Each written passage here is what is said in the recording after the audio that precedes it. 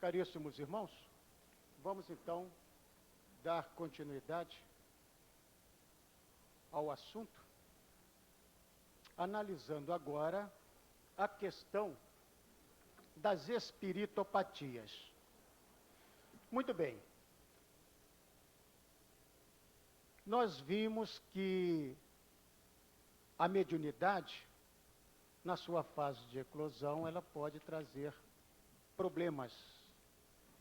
Quando o processo é bem identificado, o problema é devidamente corrigido e a criatura pode exercer a sua faculdade em bases equilibradas, como normalmente costuma acontecer na intimidade das casas espíritas bem orientadas. Agora nós vamos partir para uma análise superficial das chamadas espiritopatias, ou das enfermidades espirituais. Dentro de um contexto médico-espírita, dentro do paradigma espírita, nós admitimos que todas as anormalidades da alma, todas as manifestações psicopatológicas, tenham como causa a alma, o espírito. Ou seja, os processos psicopatológicos são sempre de natureza espiritual. Eles podem refletir as anormalidades da própria alma da criatura. São chamados problemas anímicos, são as espiritopatias anímicas. Elas podem refletir a influenciação de espíritos desencarnados. Nesse caso, nós fazemos uma distinção entre os processos de indução espiritual e de obsessão espiritual. Então, vamos começar a analisar o tema pela indução espiritual. À guisa de conceito, aqui está. A indução espiritual é um transtorno decorrente de uma influenciação espiritual transitória. Observem bem este detalhe, como ele é interessante e é sutil. A indução espiritual decorre de uma influenciação espiritual transitória e que tem como característica a não participação da entidade do ponto de vista volitivo. O espírito não tem a intenção de fazer mal à criatura. São fenômenos muito interessantes. Eu vou relatar aqui rapidamente um ou dois exemplos da nossa casuística para que os senhores tenham uma ideia. Nós recebemos, certa feita, uma paciente portadora de umas crises urticariformes, de uma alergia cutânea, desencadeada espontaneamente e que a deixava profundamente comprometida. Muito prurido, eram aquelas urticárias gigantes. A pacientezinha que frequentava o hospital, porque fazia parte do nosso ambiente, ela foi analisada pelos dermatologistas e terminou fazendo uso de substâncias à base de corticoide. Havia uma remissão da manifestação cutânea urticariforme, mas, logo adiante, o processo reaparecia. Então, essas crises foram se tornando muito repetidas, até que, num determinado momento, ela nos procurou solicitando uma investigação de natureza espiritual. Então, é sempre assim, né? Quando as coisas vão ficando mais complicadas e resistentes aos procedimentos clássicos, as criaturas resolvem apelar até para o espiritismo, como a gente escuta. O indivíduo fala isso sem querer magoar, mas, doutor, estou apelando até para o espiritismo. E a gente faz que não entendeu o que ele disse, não, absolutamente, nós estamos aqui para isso. Afinal de contas, a nossa conscientização espírita nos manda que todos os sofredores do caminho que nos batem à porta, solicitando o lenitivo, sejam atendidos de uma forma ou de outra, como Cristo, o modelo dos médicos, assim realizava. Essa paciente foi submetida a uma técnica que nós utilizamos e que vamos abordar numa das nossas próximas palestras aqui, chamada de apometria, é uma técnica de desdobramento. Nós recebemos a nossa pacientezinha, ela foi submetida ao processo de desdobramento, e logo as sensitivas, as médiuns, identificaram ao lado dela uma entidade espiritual em lastimável estado de sofrimento. Sofrimento. Era um sofredor. Ele foi trazido, colocado em contato com um dos médiuns, e então iniciou o seu rosário de lamentações. Muito sofrido, muito ressentido, dizia-se vagando pela erraticidade, à procura de um socorro, porque tinha sido vitimado pela explosão de uma caldeira. E ele recebeu queimaduras profundas de 3º grau, e não resistiu, e veio a falecer. Certamente não era uma entidade mais bem situada, e na erraticidade passou por perto desta criatura no hospital, onde ele procurava sempre um socorro, e sentiu-se bem, porque era uma médium, e não sabia. Dotada de alta potencialidade de cura, e não sabia. A entidade passou, encostou-se na criatura e sentiu-se bem, em contato com o seu campo, com a sua psicosfera, e passou a absorver aquela capacidade fluídica, de fluido vital, que a nossa amiga era detentora sem que soubesse. Mas com o passar dos dias, o que é que aconteceu? Por um mecanismo de ressonância vibratória, a entidade sofredora transferiu para a nossa amiguinha os seus sintomas desarmonizantes. E a paciente passou a sentir a sensação de coceira, de ardência, que nada mais era do que exatamente a sintomatologia apresentada pelo nosso paciente. Foi esclarecido, foi doutrinado, foi evangelizado, mostrou-se muito constrangido quando nós falamos que ele tinha que se retirar das proximidades da pacientezinha, porque mesmo sem querer, ele estava molestando-a. Ele se sentiu muito chateado com aquilo, pediu desculpas. Vejam a diferença. No processo de indução espiritual, inexiste o componente volitivo. Não há. A intenção, a premeditação da entidade desencarnada em fazer a criatura sofrer. Isso acontece às vezes com um familiar. Ele desencarna, permanece na intimidade do lar, ali na erraticidade, e pode ligar-se à psicosfera de uma dos familiares, dependendo exatamente da potencialidade mediúnica deste campo vibratório, às vezes muito mais fértil, em fluidos, em vitalidade, e essas criaturas em sofrimento na espiritualidade se sentem bem quando se acolam à psicosfera dessas pessoas. É por isso que muitas vezes no centro a gente escuta esta apreciação. Eu estava com uma dor de cabeça, cheguei aqui na casa espírita, tomei um passe, escutei a palestra, estou me sentindo bem. Provavelmente o indutor, ou essas obsessões simples, essas induções sem maiores comprometimentos, essas entidadezinhas foram retiradas pelos mentores no ato da transfusão bioenergética, e a criatura sai da casa espírita se sentindo melhor. Isto é para que os senhores vejam como o problema pode acontecer. Parecia um caso muito grave para a medicina, não estava respondendo mais nem sequer à corticoterapia. No entanto, era um problema de indução, não era um processo de obsessão espiritual. Aqui em Recife, aqui no Nordeste, um militar começou a apresentar crises típicas de vesícula, de cólica, de colecistite, de litíase biliar. Na última vez, inclusive, ele quase que perdeu os sentidos na via pública. Foi recolhido, foi trazido para casa, e a convite de um compadre, foi visitar uma casa espírita. Ele era militar, este cidadão.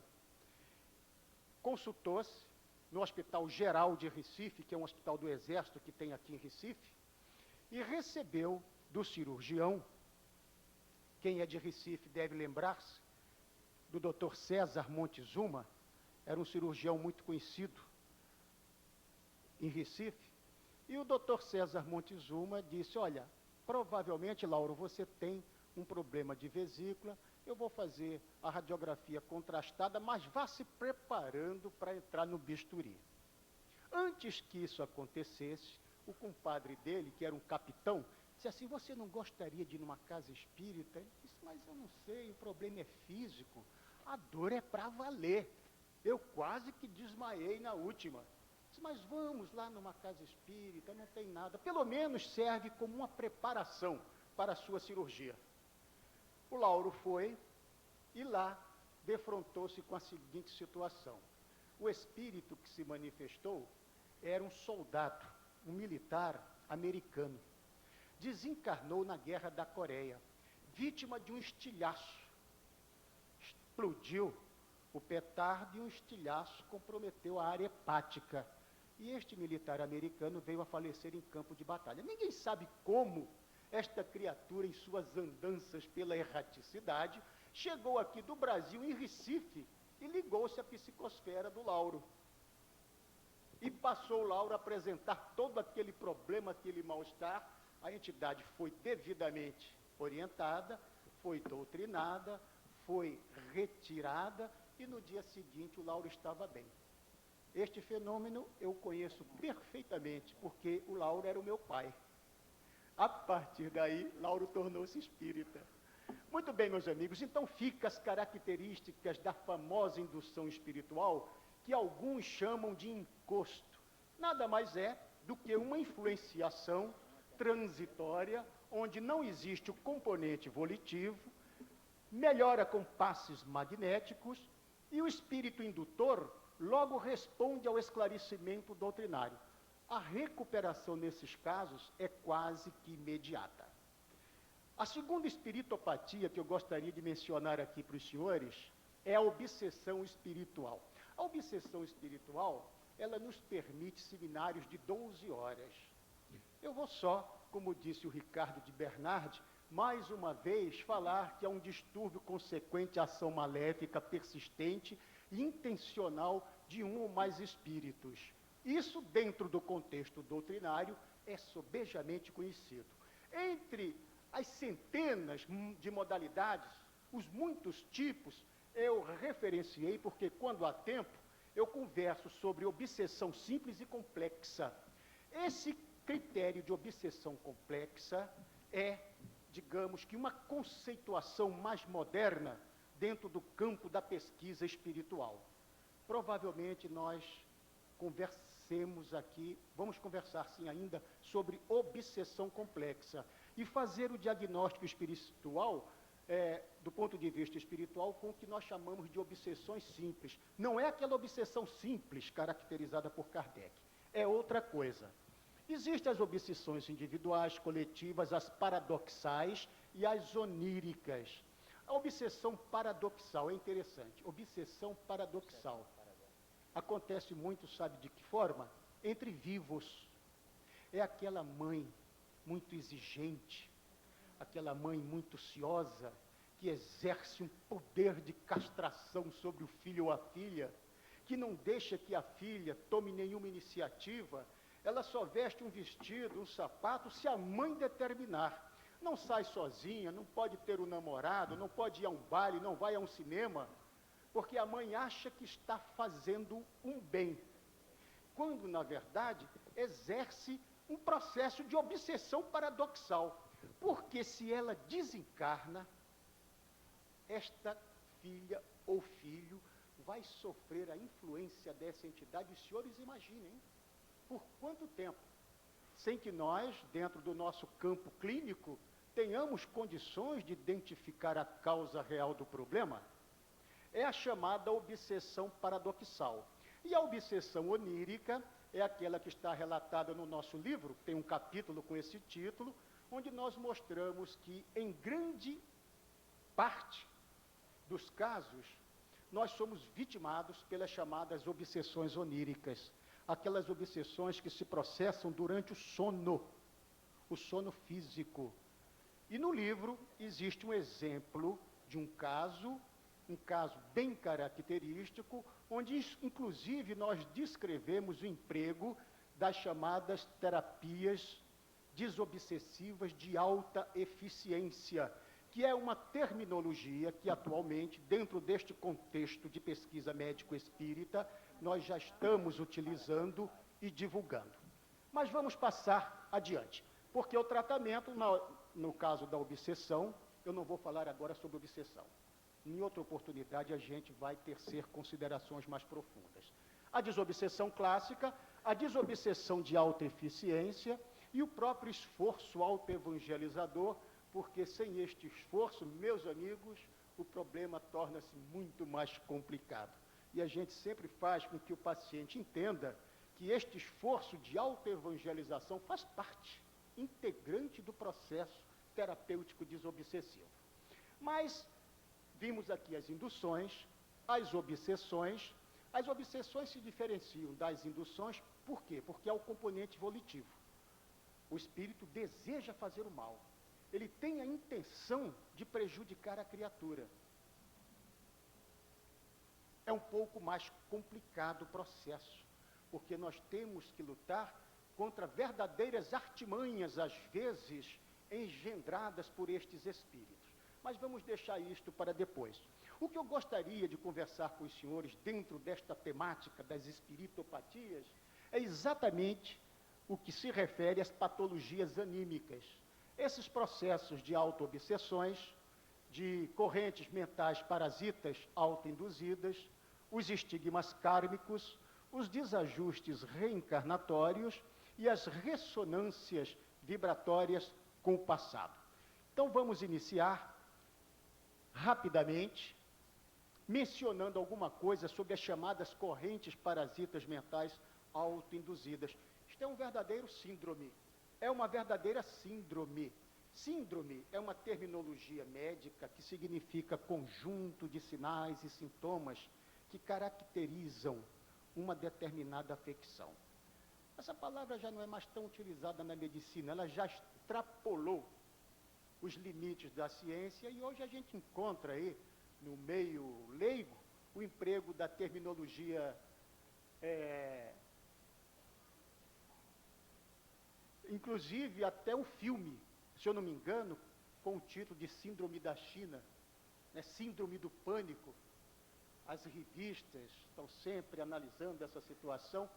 Então, vamos nos acostumando com essa terminologia, porque ela é relativamente simples. E eu digo que as correntes parasitas, elas agem muitas vezes como uma verdadeira síndrome. Na verdade, são formas de pensamento geradas e alimentadas pela imaginação do doente em seu desequilíbrio emocional.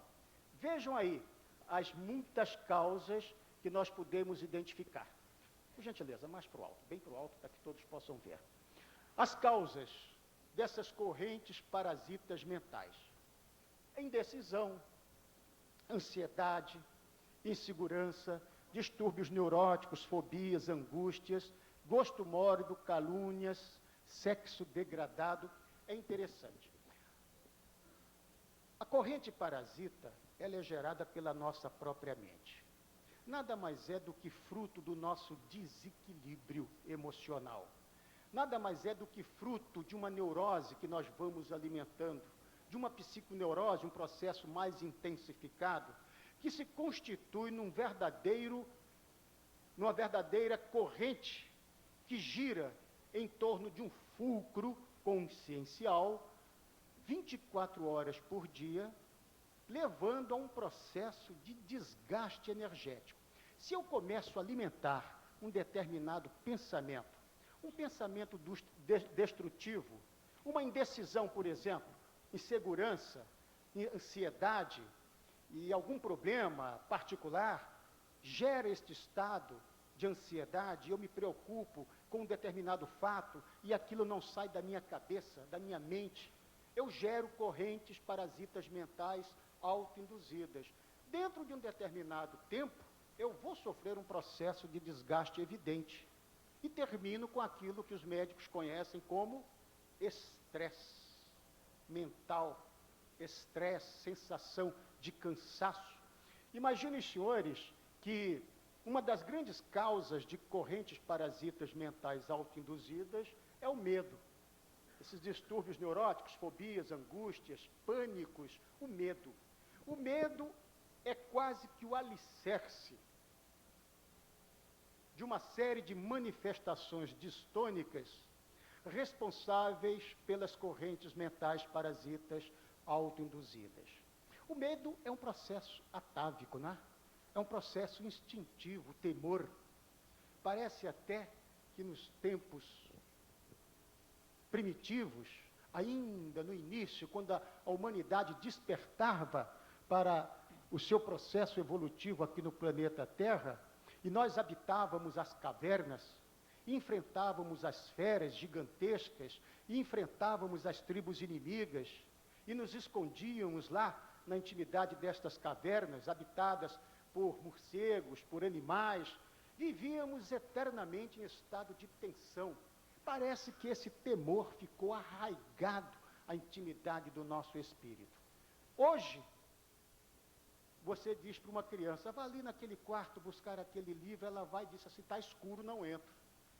Quem ensinou o medo a esta criança? Uma criança que nunca foi ensinada a ter medo de coisíssima nenhuma, e a criancinha vai e teme, diz, está escuro, eu não vou, eu tenho medo. Mas medo de quê, meu filho? Não sei, medo de alguma coisa. É um problema que vem nos acompanhando durante o nosso processo evolutivo. Então, o medo, o temor, responsável por essas manifestações neuróticas, estas fobias, estes verdadeiros pânicos, se constitui no exemplo típico de correntes mentais parasitas autoinduzidas. Com relação lá ao gosto mórbido, é interessante. Um companheiro, o Dr. Lacerda, sempre nos chamava a atenção, um pesquisador psíquico brasileiro, a quem nós devemos muito do nosso aprendizado. O Lacerda sempre dizia, você observa que tem criaturas com um gosto deturpado. Há criaturas que passam o tempo todo diante de programas de televisão que só abordam cenas destrutivas. Agressões, violência, são naturalmente aqueles espectadores contumazes de programas assim do tipo Aqui Agora, parece que se comprazem com a violência, com o relato, e ficam ali de olhos grudados. Eles vão criando uma segunda personalidade. Essas correntes mentais parasitas vão se intensificando da mesma forma que acontece com aqueles que habitualmente apelam para as calúnias, os fofoqueiros crônicos. Criam esta situação. É motivo de desequilíbrio, é motivo de distonia. Logo, a fixação monoideística, geradora de correntes mentais parasitas, termina por anular a vontade e desorganizar os valores da personalidade. São processos anímicos, são transtornos anímicos de natureza autoobsessiva, para os quais o indivíduo precisa estar alertado. E através da modificação de padrões de comportamento, sair deste estado verdadeiramente distônico. Mais adiante, nós vamos encontrar os estigmas kármicos. Isto daqui é um capítulo muito interessante. Vejam bem, estigmas kármicos são vivências retificadoras, identificadas nas criaturas em débito com as leis morais da vida. Já falamos hoje aqui a respeito do karma, outros oradores. Vejam só, o fato antiético. Muitas vezes, no decorrer da existência, levado pelo nosso livre-arbítrio, nós cometemos uma maldade. Nós prejudicamos a um companheiro de jornada de uma forma ou de outra. O mal que nós cometemos, ele gera um desequilíbrio, porque nós entramos em dissonância com o princípio da harmonia cósmica universal.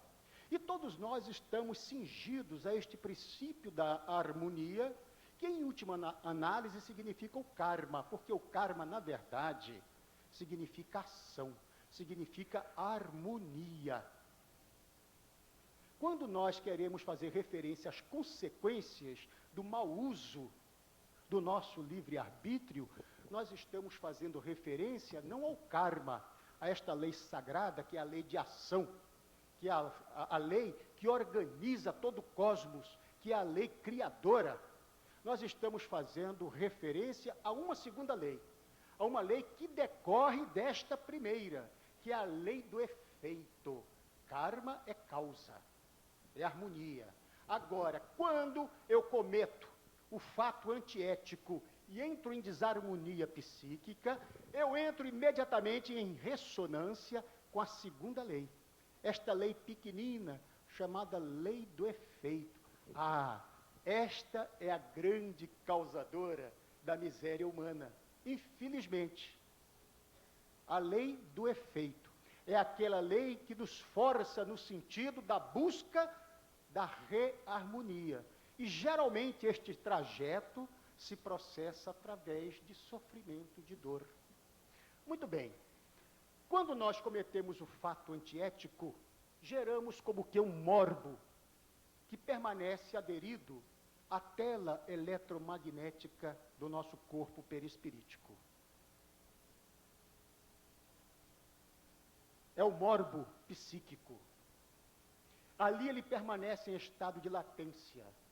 Num determinado momento, em outra reencarnação, por necessidade evolutiva, este morbo que está lá, retido na minha memória espiritual, lá no meu psiquismo de profundidade, ele é intensificado por um dinamismo todo especial que faz com que ele comece a caminhar no sentido externo, na busca da tela consciencial do campo físico. E este morbo psíquico rompe as barreiras defensivas do corpo astral. Em seguida, rompe as barreiras defensivas do campo etérico e se estabelece lá no nosso campo físico, comprometendo de uma forma ou de outra o nosso patrimônio mentoafetivo ou a nossa integridade física.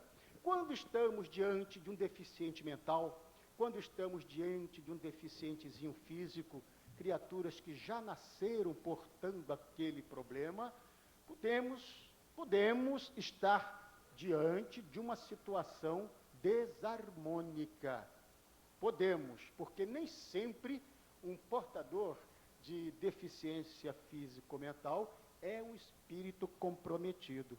E nós gostaríamos de conversar aqui com os senhores como é que o espiritismo pode auxiliar aos chamados processos kármicos, a um deficiente mental, a um deficiente físico, porque nós temos inúmeros casos fazendo parte da nossa casuística, mas eu acho que não vai dar, pela exiguidade de tempo, para a gente entrar em maiores detalhes. Então, os estigmas kármicos são recursos de elevado teor terapêutico, de uma maneira geral. Vamos entender isto. De uma maneira geral, os estigmas kármicos são recursos de elevado teor terapêutico requeridos pelo espírito moralmente enfermo, visando o reajuste perante a sua própria consciência culpada. Ok? Muito bem. Vamos passar agora para os desajustes reencarnatórios. Estamos examinando só patologias anímicas, patologias autoobsessivas, patologias nas quais não existe a interferência de espíritos desencarnados. São problemas nossos. Desajustes reencarnatórios são vivências anômalas de ordem adaptativa, decorrente de experiências pretéritas bem sedimentadas no psiquismo de profundidade. Observem a sutilidade desta tentativa de conceituação. Não é muito fácil, às vezes, a gente conceituar um fato, um fenômeno. Não é muito fácil. Mas aqui foi uma tentativa neste sentido. Existem alguns aspectos críticos da experiência reencarnatória. Homem, nós, espíritos de mediana evolução, não aprendemos ainda a conviver com 3 esquemas básicos das nossas experiências encarnatórias: o sexo, a religião, a política. Geralmente nós descambamos para os exageros. É muito interessante. O processo sexual. O sexo é uma energia criativa. É a energia mais poderosa que o universo tem conhecimento. É a energia criativa por excelência. É através desta energia que o Criador realiza os mais belos fenômenos, os mundos, os planetas, as galáxias, são criadas graças a esta energia que é sobretudo criativa, mas nós não sabemos conviver. E por isso entramos em dissonâncias, em distonias, e de repente precisamos nos reajustarmos diante da lei por conta dos excessos cometidos no campo do sexo. É interessante, a troca de polaridade sexual. As perguntas 200, 201 e 202 do Livro dos Espíritos estão relacionadas com esta problemática do sexo. E Kardec argue o espírito de verdade sobre o problema do espírito ter ou não ter sexo, de quando o espírito quer reencarnar, se ele prefere vir como homem ou como mulher. E o espírito de verdade vai dizendo que o espírito não tem sexo. E ele cumpre o seu processo evolutivo através desta ou daquela polaridade sexual, de acordo com as suas necessidades evolutivas. Aí nós ficamos vendo aqueles machistas muito ciosos, conquistadores, hein? E ficamos imaginando, já foi ou amanhã vai ser mulher. Por que este exagero? E aquelas feministas, também elas, hein? Quando exageram e extrapolam os limites de suas lutas, as feministas, por que, se o espírito não tem sexo? Se nós, com este conhecimento espírita, que transcende o limite aqui do nosso universo cartesiano, se nós sabemos que nós somos espíritos e que temos necessidade de ora reencarnarmos como homem ou como mulher, e nos fixarmos psicologicamente bem em cada uma dessas polaridades para que cumpramos com dignidade o nosso processo evolutivo, o espírita, ele tem uma outra maneira de encarar esta situação diante da vida. Ele não precisa se preocupar com estas discussões tolas que não levam a nada. Então, um determinado espírito, só para mostrar aos senhores como a coisa acontece, vem reencarnando durante 10, 15, 20 anos na polaridade sexual feminina. De repente, por um motivo qualquer, por uma injunção kármica, por uma determinação do mundo maior, ele tem que mudar de polaridade. Ora, meus amigos, é claro que aquela primeira reencarnação como homem, ele que vinha até então experimentando experiências do sexo feminino, pode trazer algum desajuste, uma necessidade de adaptação.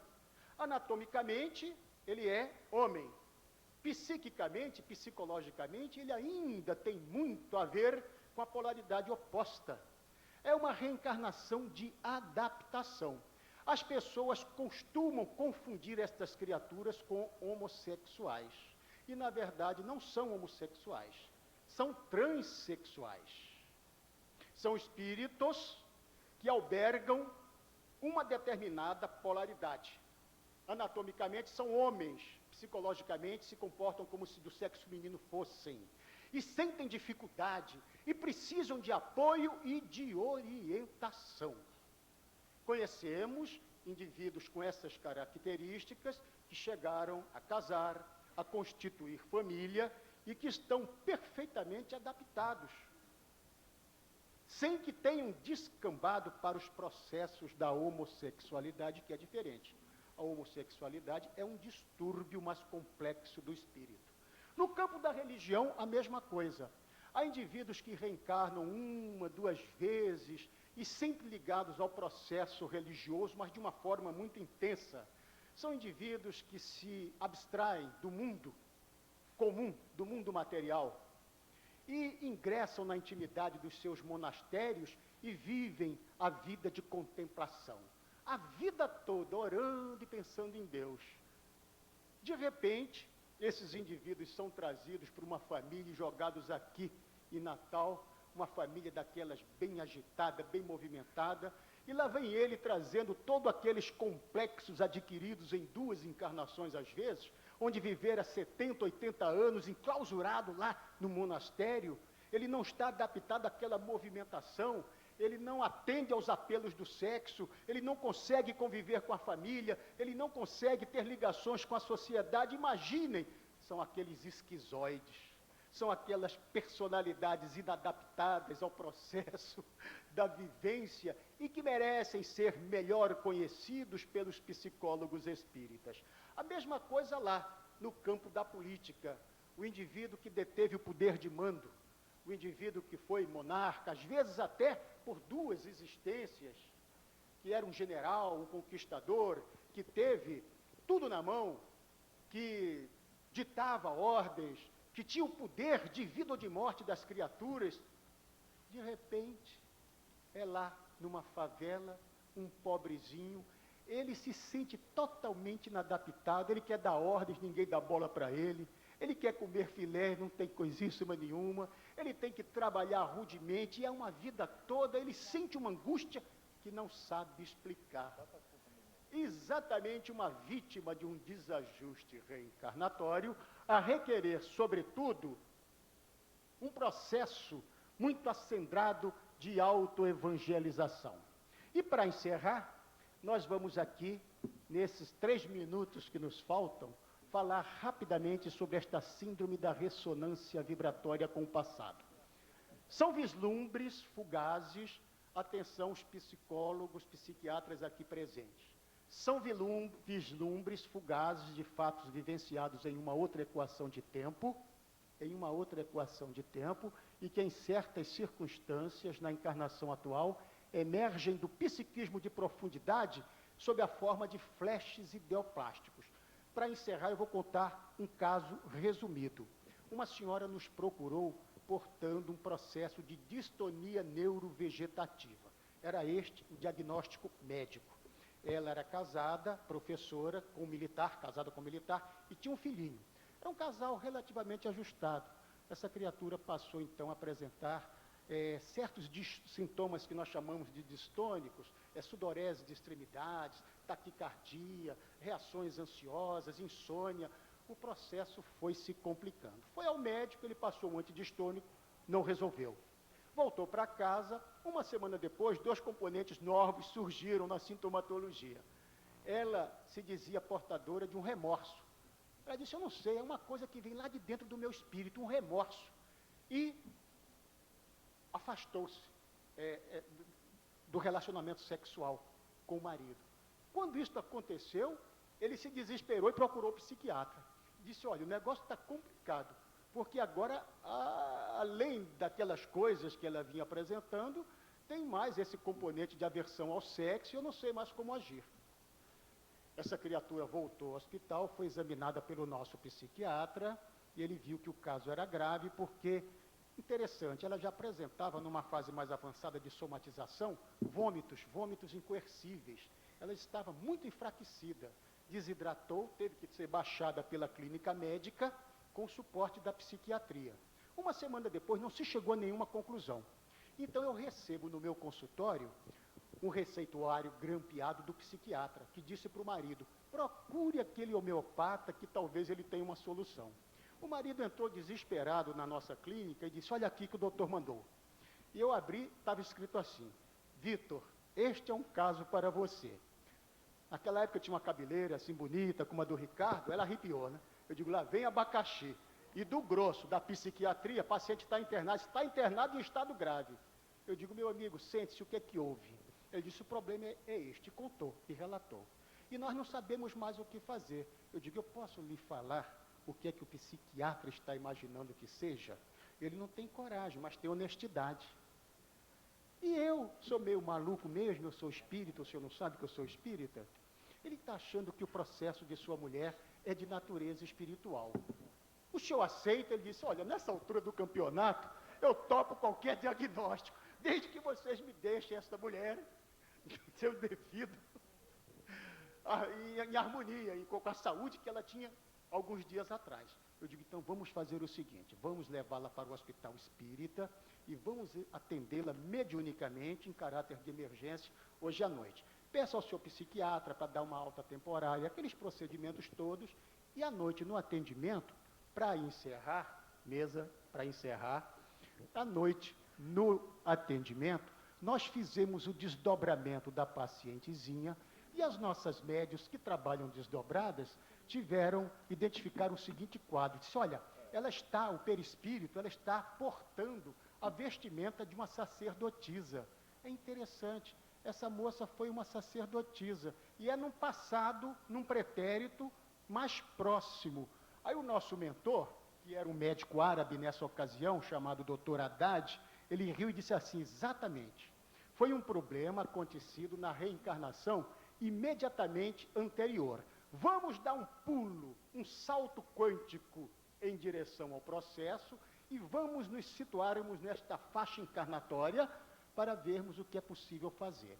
E assim foi feito. Nós comandamos o salto quântico ao passado e lá as médios tiveram, então, por um mecanismo de identificação com o quadro, a possibilidade de fazer a seguinte análise. Era realmente uma sacerdotisa, havia um voto de castidade. Ela encontrou um rapaz, apaixonou-se e teve um relacionamento. Mas como era uma iniciada, ela se arrependeu. E aquilo se constituiu numa cicatriz psicológica profunda. Ela nunca mais o encontrou, mas morreu com aquele remorso. Aí nós começamos a lembrar do remorso da vida atual, da sensação que ela própria não sabia explicar. O doutor Haddad disse assim, mande o marido entrar aqui na sala um instantinho. Quando o rapaz chegou assim na proximidade das médias, as médias falaram assim, é ele, doutor Haddad, é o próprio daquela encarnação. Aí o mentor disse, mande ele voltar que depois você vai explicar o caso para ele. Agora vamos ficar só com a nossa paciente. E ele disse o seguinte, na verdade, eram espíritos afins. Tiveram vários encontros e constituíam, inclusive na atual reencarnação, um casal feliz, um casal bem ajustado, não fora essa ressonância vibratória vivenciada pela nossa pacientezinha. Um outro detalhe muito interessante, o doutor Haddad nos chamou a atenção. Pergunte, vamos ver aqui no passado com que idade isto aconteceu. 23 anos. Ele perguntou, Vitor, qual é a idade da paciente? Eu digo, dona fulana, qual é a sua idade? Ele disse, 23. Disse, exatamente. Na época, na idade cruciante, ela entrou em ressonância vibratória com o passado. O fato psicologicamente marcante, ele aflorou, emergiu a nível de consciência sob a forma de flashes ideoplásticos. Ela não caracterizava bem o processo, ela sabia que era alguma coisa relacionada com remorso, com sexo, e aquilo gerava ainda mais o seu processo de angústia. E os senhores sabem o que é um paciente portador de um quadro de angústia. Resultado, tratamento, vocês vão me perguntar, havia obsessão? Não havia obsessão. Não havia nenhuma interferência espiritual. Poderia alguém até suspeitar, olha, o caso é tão grave que essa paciente deve estar obsidiada. Era um transtorno anímico de natureza autoobsessiva. Ela foi despolarizada, teve a sua memória espiritual apagada magneticamente naquela faixa do passado. Nós regravamos com pulsos energéticos, emitindo sugestões positivas, de equilíbrio, de muito carinho, de muita harmonia, e 3 dias depois, a nossa pacientezinha teve alta do nosso hospital, devidamente curada. Hoje é uma belíssima médium. Depois que se recuperou, voltou a conversar conosco, passou a frequentar a casa espírita que nós frequentávamos, e logo adiante desabrochou a sua faculdade mediúnica, porque era sensível, era vibrátil, já trazia tal da predisposição, o que inclusive permitiu a eclosão da síndrome da ressonância vibratória com o passado. Muito bem, caríssimos, então encerramos aqui hoje a nossa participação.